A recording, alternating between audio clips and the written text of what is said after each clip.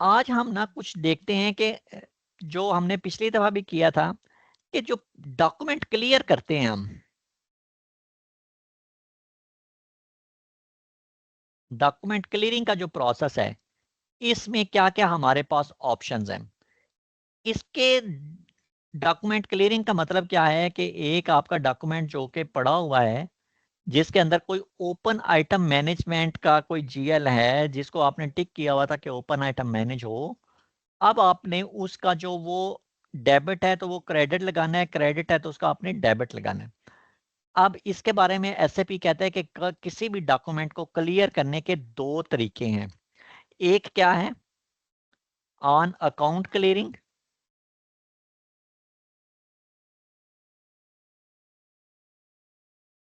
और एक क्या है, पोस्ट विद क्लियरिंग। अब ये जो दो कंसेप्ट हैं ये मुझे बहुत अरसे तक करने तो आ गए, लेकिन मुझे इनकी ना आपस में समझ ना आई। कहने का मतलब है मुझे तो आते दोनों तरीके थे क्लियर करने हैं, लेकिन मुझे ये नहीं समझ आती थी कि ये डेफिनेशंस के ऊपर किस तरह पूरा उतरते हैं। अब देखिए मैं आपको इसकी एक बात समझाता हूँ। देखें, पहली बात तो ये है कि हमें समझ आनी चाहिए कि हम करना क्या चाह रहे हैं। जब हम एक ट्रांजैक्शन इनवॉइस पोस्ट करते हैं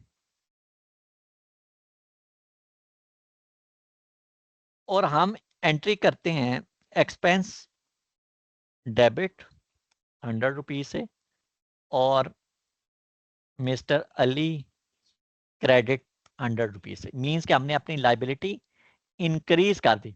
अब ये जो मिस्टर अली है, ये क्या है, ये हमारी एक किस्म की ओपन आइटम है। ओपन आइटम,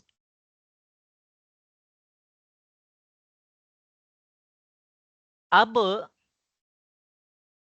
ये हमारी लाइबिलिटी है और हमारा जो क्लियरिंग इसके अंदर जो छुपा हुआ रिकॉन्सिलेशन अकाउंट है वो बाय डिफॉल्ट क्या है, ओपन आइटम मैनेज है। अब इसका मतलब है कि हमने इस बंदे को लाजमी पेमेंट करनी है। जब हम पेमेंट करते हैं, ये क्या था, ये स्टेटस है वही वाली बात, इनवॉइस के वक्त। अब हम आ जाते हैं पेमेंट का टाइम आ गया। पेमेंट जब हमने की तो हम क्या करेंगे, मिस्टर अली डेबिट कर देंगे और आउट गोइंग क्लियरिंग जो जीएल है हमारा, उसको हम 100 से क्रेडिट कर देंगे। तो अब देखिए हमने क्या किया, हमने ये जो अभी मिस्टर अली यहाँ पे क्रेडिट पड़ा हुआ है और यहाँ पे मिस्टर अली क्या है, ये यहाँ पे डेबिट पड़ा हुआ है। अगर आप मिस्टर अली का लेजर खोलेंगे तो अल्टीमेटली उसके लेजर के बैलेंस में कुछ भी नहीं बचेगा। क्यों? क्योंकि यहाँ पे ये सो क्रेडिट, ये so debit and that's it, खत्म बात। लेकिन अगर आप गौर से देखें तो अगर आप ये आपने एंट्री आइसोलेशन में की और ये एंट्री भी आइसोलेशन में की, तो पहला तरीका ये है कि आप इसका भी, मिस्टर अली का ये क्रेडिट लाइन आइटम लें और इसका डेबिट लाइन आइटम लें और इन दोनों को कहें कि भाई तुम दोनों आपस में एक दूसरे के साथ क्लियर हो जाओ। तो इस प्रोसेस को हम क्या कहेंगे, ऑन अकाउंट क्लियरिंग। ठीक है, ऑन अकाउंट क्लियरिंग जो है इसका what is the prerequisite for that, prerequisite का ये है कि debit and credit lines must be there. अगर डेबिट और क्रेडिट लाइनें दोनों मौजूद हैं किसी भी जीएल की, किसी भी वेंडर की, किसी भी कस्टमर की या किसी भी सिनेरियो की, तो उनको जब आप आपस में एक दूसरे को समझाते हैं कि भाई तुम एक दूसरे के साथ दोस्ती करके आपस में एक दूसरे को ओके करो, तो उसको हम क्या कहेंगे, ऑन अकाउंट क्लियरिंग। मिसाल के तौर पे अभी हम एक एग्जांपल लेते हैं। मेरे पास अगर मैं अपना FS00 में जीएल्स को देखूं, एक मिनट, 1030 के अंदर मेरे पास ओपन आइटम्स में कौन सा है, एक अच्छा, आउटगोइंग अभी इसके क्लियर। बाद ना मैं आपको एक टी कोड बताऊंगा जो जिससे ना आप वो मैसेज जो 165 है ना वो खुद ऐड कर सकते हैं उस लिस्ट में। वो कर भी सकते हैं, वो मुझे पता है, वो एक टेबल में जाके उसका स्टेटस ऐड होगा, लेकिन वो फिर भी उसको एक्सेप्ट नहीं करेगा। चलें वो वो देख लीजिए। मैं देखा मैं वेंडर रिकॉन्सिलेशन और ठीक है। अब हम फर्ज कर लेते हैं कि हम एक एंट्री करते हैं वही वाली, मिस्टर, वो वेंडर की हम एक कर लेते हैं।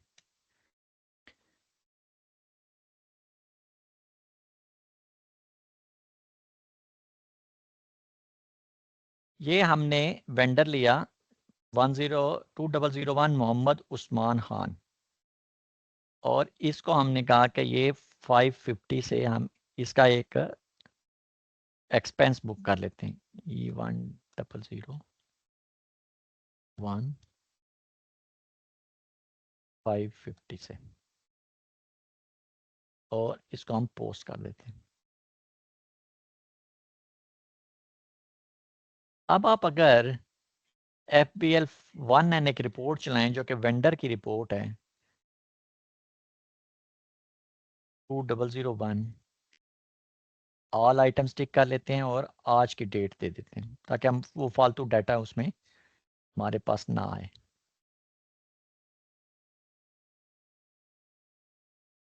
अब आप देखेंगे ये 550 का जो लाइन आइटम है ये रेड कलर में है, एक है और ओपन पड़ा हुआ है। अब हम इसको पेमेंट करते हैं, ठीक है। इसको जब हम पेमेंट करेंगे तो ये क्या हो जाएगा, मींस के ये डेबिट यानी कि हो जाएगा, और एक कैश अकाउंट या जो भी है वो क्रेडिट हो जाएगा। अब हम इसको कैसे कर दें कि, या चलें इसका हम एक क्रेडिट नोट डाल देते हैं, क्रेडिट मीमो डाल देते हैं। मींस के जो इसने हमें ट्रांजैक्शन की थी वो सारी की सारी वापस कर दी, जितना हमने इससे सामान लिया था या जो भी लिया था वो हमने इसको वापस कर दिया 550। अब ये एक्सपेंस के लाइन आइटम की डिस्क्रिप्शन पे छोड़ ना जाएं कि उसमें तो सैलरी GL लिखा हुआ है, आप समझ लें कि यहाँ पे परचेज ऑफ चेयर्स लिखी हुई हैं। अब मैंने इसको पोस्ट कर दिया। अब आप अगर इस रिपोर्ट को रिफ्रेश करें तो अब आप इसका टोटल अगर आप देखें, यानी कि बैलेंस देखें अगर आप इस मोहम्मद उस्मान खान का, तो आपको पता चलेगा कि पहले इसकी इनवाइस थी, ठीक है, वो 550 से हमने क्रेडिट हुई, फिर उसके अगेंस्ट हमने एक उसकी क्रेडिट मीमो जनरेट कर दिया, 550 डेबिट हो गया। तो ये देखें दोनों खत्म होगी ना, बात बात तो खत्म होगी, बिल्कुल सही है। टोटल अब इसका लेजर है, जीरो आ रहा है, लेकिन जब भी आप देखेंगे तो ये ओपन बता रहा है, कह रहा है कि ये ओपन है, ये ओपन है। तो क्या करें, तो भाई हमें इन दोनों को आपस में क्या करना है, इनको बताना है कि तुम एक दूसरे के साथ क्लियर हो जाओ। तो ये जो बता के क्लियर करना होता है, क्रेडिट को और डेबिट को आमने सामने ला के जो क्लियर करने का प्रोसेस है, उसको हम क्या कहते हैं, उसको हम कहते हैं ऑन अकाउंट क्लियरिंग, ठीक है। अब आप देखें उसके लिए क्या है ट्रांजैक्शन कोड, उसके लिए ट्रांजैक्शन कोड हम देखते हैं। आपने जाना है फाइनेंशियल अकाउंटिंग, अकाउंट्स पेएबल, और अकाउंट के अंदर जाना है आपने। अब ना आपने डाटा, ना कोई डॉक्यूमेंट आपने इंटर नहीं करना, कोई नया डॉक्यूमेंट इंटर नहीं कर रहे हम, कोई पुराने डॉक्यूमेंट को भी हम नहीं छेड़ रहे, बल्कि हम अकाउंट मींस के पेएबल का जो अकाउंट है उसके साथ कोई करना है हमने। तो इसके अंदर जाएंगे तो यहाँ पे एक आ रहा है ट्रांजैक्शन कोड F-44। इसी तरह अगर आप रिसीवेबल के अंदर जाएं, अगर आपने दो कस्टमर, एक ही कस्टमर को क्लियर करना है, और यहाँ पे अगर अकाउंट में आए तो यहाँ पे कस्टमर क्लियरिंग के लिए क्या है F-32। और सेम इसी तरह अगर दो GLs हों तो उसमें अगर आप जाएं तो इधर अकाउंट में आए तो यहाँ पे आप देखें तो F-03 एक ट्रांजैक्शन कोड है। तो ये कहने का मकसद है अकाउंट क्लियरिंग जो है उसके लिए जो ट्रांजैक्शन कोड है वो रेलिवेंट मेन्यूज के अंदर अकाउंट फोल्डर के अंदर पड़ा हुआ है। अभी हमने क्या करना है, एक वेंडर के डेबिट भी मौजूद है, क्रेडिट भी मौजूद है, लेकिन वो दोनों आपस में क्लियर नहीं हो रहे, उनको पता नहीं है कि हमने आपस में स्टेटस किस तरह से चेंज करना है। F-44 में आएंगे, यहाँ पे मैं अपना वेंडर लिखूंगा 2001 मोहम्मद उस्मान खान। अगरचे मेरे पास यहाँ पे बहुत ज़्यादा नीचे रेडियो बटन्स के अंदर ऑप्शंस आ रही हैं, मैं किसी अमाउंट पे क्लियर कर सकता हूँ, डॉक्यूमेंट नंबर पे क्लियर कर सकता हूँ, पोस्टिंग डेट पे कर सकता हूँ। ये उस सूरत में हम इनको यूज़ करते हैं जब आपके पास डाटा बहुत ज़्यादा हो जाएगा, वक्त के साथ साथ आपका डाटा बढ़ता जाएगा, थाउजेंड्स मिलियंस एंड उसमें ट्रांजैक्शन चलती जाएंगी, फिर उनके अंदर जाके कुछ चीज़ों को ढूंढना मुश्किल हो जाता है, तो उस सूरत में आपने फिर इसको यूज़ करना होता है। और अगर कोई एक ट्रांजैक्शन आपकी स्पेशल जीएल इंडिकेटर के अगेंस्ट है तो वो आपने यहाँ पे भी लिख देना है, ए है, एफ है, जी है, जो भी है वो आपने यहाँ पे लिखा है। अब लिख के आप एंटर करें। अब देखें बेचारे के कितने ज़्यादा डॉक्यूमेंट आ गए। अब तो हमें फ़र्ज़ करें यहाँ पे पता ही नहीं ना चल रहा, हम वापस चले जाते हैं, हम कहते हैं नहीं भाई, हम उस ऑप्शंस में से यूज़ करेंगे।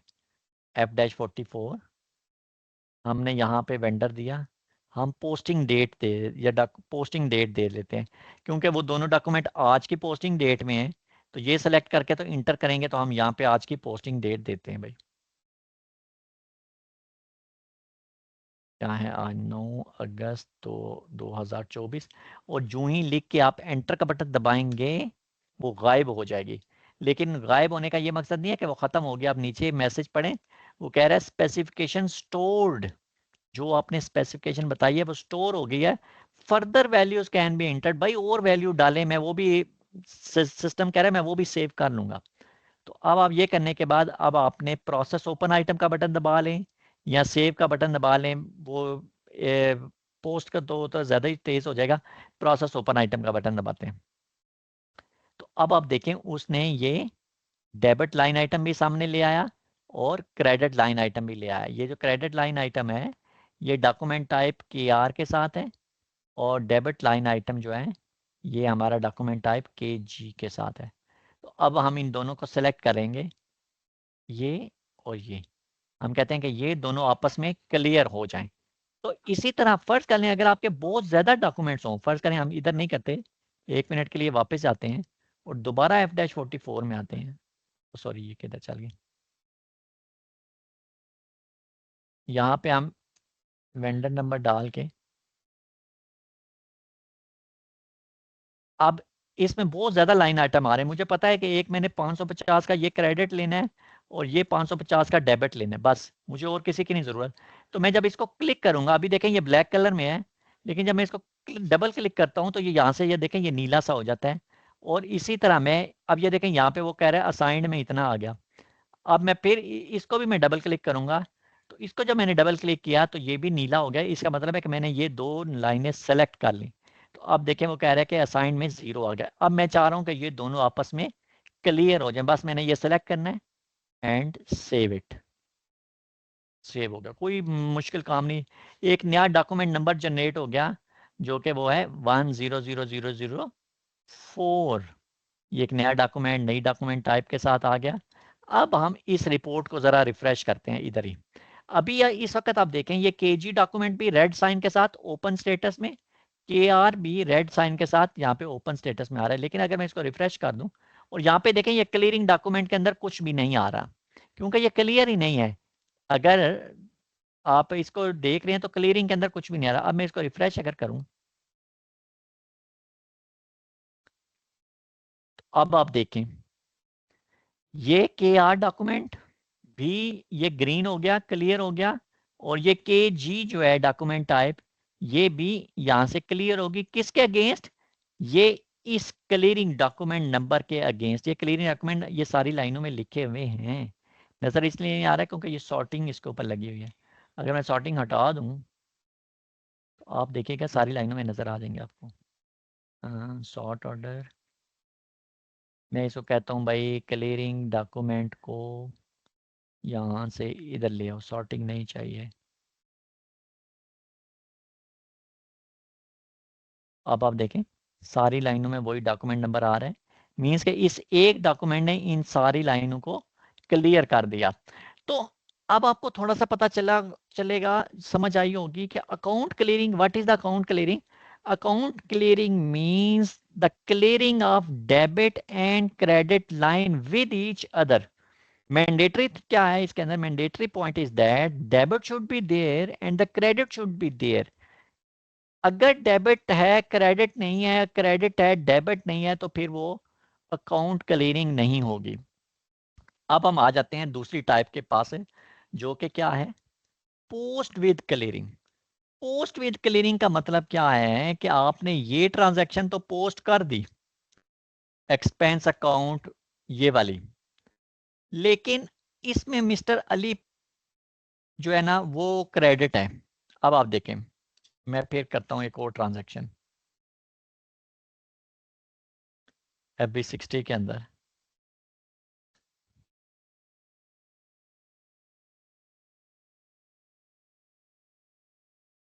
फर्ज करें मैं कह देता हूँ जी ये हो गया 260 रुपए की 60, सेव हो गया। अब ज़रा इस रिपोर्ट को रिफ्रेश करते हैं, तो अब मेरे पास एक नया लाइन आइटम आ गया 260 का। अब मैंने इसको पेमेंट करनी है, या मैंने जो भी इसका करना है, क्रेडिट नोट डालना है या जो भी नोट डालना है वो। अब मैं फर्ज कर लेते हैं मैं वही काम करता हूँ जो मैंने अभी पहले किया है, ठीक है। मैं चाहता हूँ कि कुछ ऐसा हो जाए कि ये उसके रिवर्स में ये वाली बात चली जाए, ठीक है। उसको कहते हैं पोस्ट विद क्लियरिंग। का मतलब है कि मैं कुछ ऐसी चीज पोस्ट करूं कि जो पहले वाले को जो ही मैं सेव का बटन दबाऊं ना उसको क्लियर कर दे। पहले क्या था? पहले मैंने यहां पे एक सेव का बटन दबाया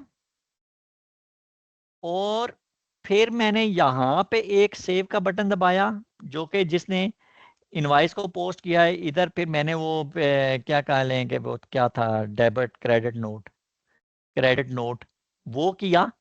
दो दफा सेव का बटन दबाया, फिर मैंने इन दोनों को आमने सामने करके फिर एक और सेव का बटन दबाया, तो वो क्लियर हुआ ना। लेकिन पोस्ट विद क्लियरिंग ये है कि मैं एक चीज को पोस्ट कर दूं और उसके अंदर एक लाइन को क्लियर करने के लिए मैं कोई ऐसी एंट्री पोस्ट करूं कि वो उसको खुद से क्लियर कर दे। वो क्या होगा? उसके लिए ट्रांजैक्शन कोड जो है हम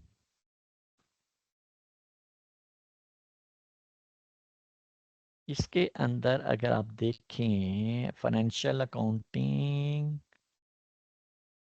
अकाउंट्स पेबल और डॉक्यूमेंट, हमने एक नया डॉक्यूमेंट एंटर करना है। अकाउंट क्लियरिंग के अंदर नया नहीं करना, वो पहले से दो इंटर हो चुके हैं। अब मैं इसमें आऊंगा और आउट गोइंग पेमेंट नहीं, इसमें भी नहीं,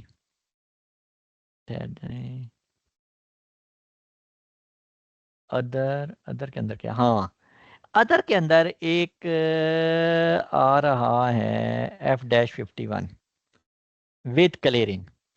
F-51 एक ट्रांजैक्शन कोड है। इसी तरह अगर आप अकाउंट रिसीवेबल के अंदर आए तो इसमें भी डॉक्यूमेंट एंट्री और इसके अंदर अदर्स, और इसके अंदर आ रहा है ट्रांसफर विद क्लियरिंग F-30। हाँ वो ये बिल्कुल सही है, ये भी है। और इसी तरह जीएल्स के अंदर डॉक्यूमेंट एंट्री और इसके अंदर F-02 पोस्ट विद क्लियरिंग। ये तीन ट्रांजैक्शन कोड सेम सेम काम करते हैं जो कि अभी हमने करने हैं। तो हमने अकाउंट्स पेएबल के अंदर हमने F-51 विद क्लियरिंग वाला टी कोड चलाना है। अब देखें हमने क्या करना है। अगर आप इस एक्सेल के इस सिनेरियो को ज़हन में रखें, जो कि एक एंट्री ये पहले की जनरेट हो चुकी, मैं दोबारा से वही वाली एंट्री लिख देता हूं। एक्सपेंस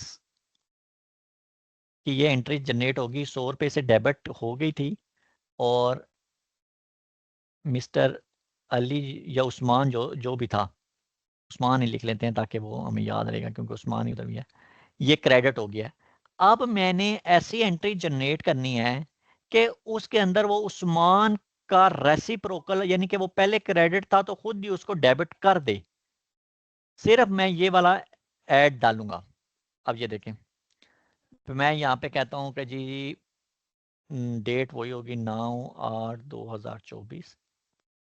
ये ट्रांसफर विद पोस्ट क्लियरिंग। अभी देखें मैंने यहाँ पे पोस्टिंग की। सबसे पहले मैंने क्या करना है, अब जो मेरी नई एंट्री होगी वो क्या होगी, उसमें क्या होगा, मिस्टर उस्मान जो है वो 100 रुपये से डेबिट होगा और मेरा जो एक्सपेंस है वो क्रेडिट होगा। ऐसा ही है। इसका मतलब है कि ये वाली चीज मुझे क्लियर किसको करना है, उस्मान को। एक्सपेंस को नहीं करना है, क्योंकि एक्सपेंस तो जो है ना वो ओपन आइटम मैनेज ही नहीं है। मैनेज तो है ये वाला। तो मैं इसको तो वैसे ही इंटर करूंगा। एक्सपेंस को मैंने क्रेडिट करना है। तो जीएल को मैंने अगर क्रेडिट करना होगा तो उसके लिए मुझे पता है पोस्टिंग कीज क्या है। जीएल को क्रेडिट करने की पोस्टिंग कीज है 50। 50 के साथ देखें ये जी लिखा हुआ है जीएल, और ये देखें सी लिखा हुआ है क्रेडिट। और अगर मैंने जीएल को डेबिट करना हो तो मैं 40 सेलेक्ट कर लूंगा। अभी मैंने एक्सपेंस को क्रेडिट करना है। यहाँ से मैंने दे दिया जनाब E1001। अमाउंट मेरी कितनी थी, 260। ये अब मैंने यहाँ से आगे डाटा एंटर नहीं करना। ठीक है। अगर तो मैं डाटा एंटर करूं यानी कि वेंडर को उसमें मैं डेबिट कर दूं तो फिर तो वही वाली बात होगी ना, ऑन अकाउंट क्लियरिंग। मैं यहाँ पे इसको डायरेक्ट ऊपर जाके कहूंगा भाई तुम किसी ओपन आइटम को पकड़ लो और उसके अगेंस्ट इस 260 को क्लियर कर दो। तो मैं ये प्रोसेस ओपन आइटम का बटन दबाऊंगा। अब वो यहाँ से मुझसे पूछ रहा है कि भाई वो कौन सा है जिसको क्लियर करना है, तो मैं कहता हूँ भाई वो तो है 2001। और नीचे के लिखने का मकसद क्या है कि वो वेंडर है। अगर कस्टमर हो तो आप यहाँ पे जाके उसको कस्टमर डी लिख दें। अगर सप्लायर तो के, मटेरियल है तो एम, एसेट है तो कुछ भी बात, अभी तो के ही लिखेंगे और एंटर करें। तो ये देखें उसने इसके इतने ज़्यादा लाइन आइटम, वो कहता है इतने ज़्यादा पड़े हुए हैं, बताओ कौन सा चाहिए। तो मैं सिर्फ 260 को डबल क्लिक करूंगा। मैं कहता हूँ भाई इस लाइन को मैंने क्लियर करना है। अभी देखें मैंने इस वेंडर की कोई नई लाइन एंटर की है, नहीं ना की। अगर आपको याद हो इससे पहले क्या था, मैंने वेंडर की एक दफा पहले क्रेडिट लाइन एंटर की, फिर मैंने अलहदा से क्रेडिट नोट डाल के वेंडर को डेबिट किया, और तीसरे स्टेप के अंदर मैंने जाके कहा भाई तुम दोनों आपस में क्लियर हो जाओ। तो इस टाइप को हम कहते हैं ऑन अकाउंट क्लियरिंग, यानी कि दोनों लाइनों को आमने सामने किया।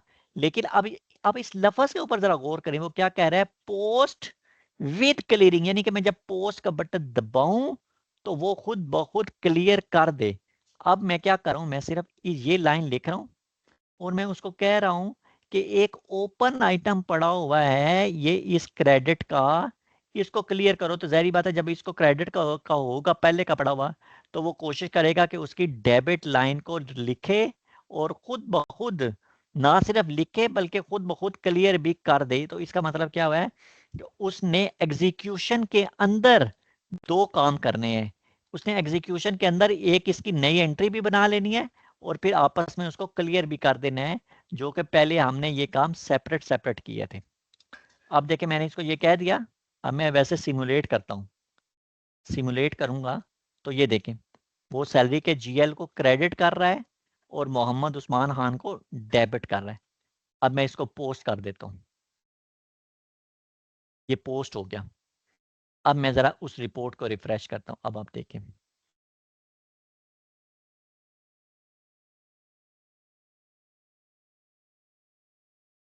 अब आप अगर देखें तो ये जो 260 रुपया है, अब आप ये देखें ये ग्रीन हो गया ना। इस अब आप देखिए अकाउंट क्लियरिंग और पोस्ट विद क्लियरिंग का क्या फ़र्क है। अकाउंट क्लियरिंग और पोस्ट क्लियरिंग का देखें ये फ़र्क हुआ कि ये पुरानी लाइन आइटम बनी हुई थी, ठीक है। उसने एक नई लाइन बनाई ए बी डॉक्यूमेंट के साथ, बनाई और साथ ही ना सिर्फ वो नया डॉक्यूमेंट नंबर जनरेट भी हुआ और साथ ही वही वाला डॉक्यूमेंट नंबर उसने पुराने वाले के साथ क्लियर भी कर दिया। लेकिन अगर आप ऑन अकाउंट क्लियरिंग करते हैं तो उसमें कितनी ज्यादा लाइनें आ जाती हैं। देखिए, पहले उस आपने डेबिट बनाई, क्रेडिट बनाई, फिर आपने डेबिट बनाई, फिर इन दोनों को क्लियर करने के लिए आपने ये दो लाइनें और बनाई। उसमें क्या हुआ कि ये ऊपर वाला 550 जो है ये वाला, इसने आपके इस 550 को आपस में क्लियर किया, ठीक है। और सेम इसी तरह आपका ये वाला जो क्रेडिट लाइन आइटम पुरानी नई बनी थी, उसने इस पुराने वाले को आपस में क्लियर किया। जबकि अभी हमने जो पोस्ट विद क्लियरिंग का प्रोसेस चलाया, उसने क्या किया कि हमने ये वाली पहले की बनाई हुई थी और उस नए सिस्टम ने ऐसी पोस्टिंग नई क्रिएट की कि उसने पोस्टिंग करते ही उसको आपस में क्लियर कर दिया। तो इसको हम क्या कहते हैं, पोस्ट विद क्लियरिंग। ऐसी पोस्टिंग जो कि साथ साथ क्लियरिंग का प्रोसेस भी चला रही हो।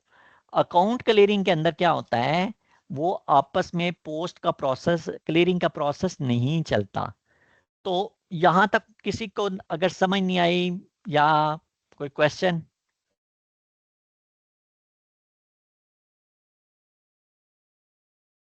नहीं सर, ठीक चल रहा है। ओके, जोएब भाई आपको समझ आ रही है?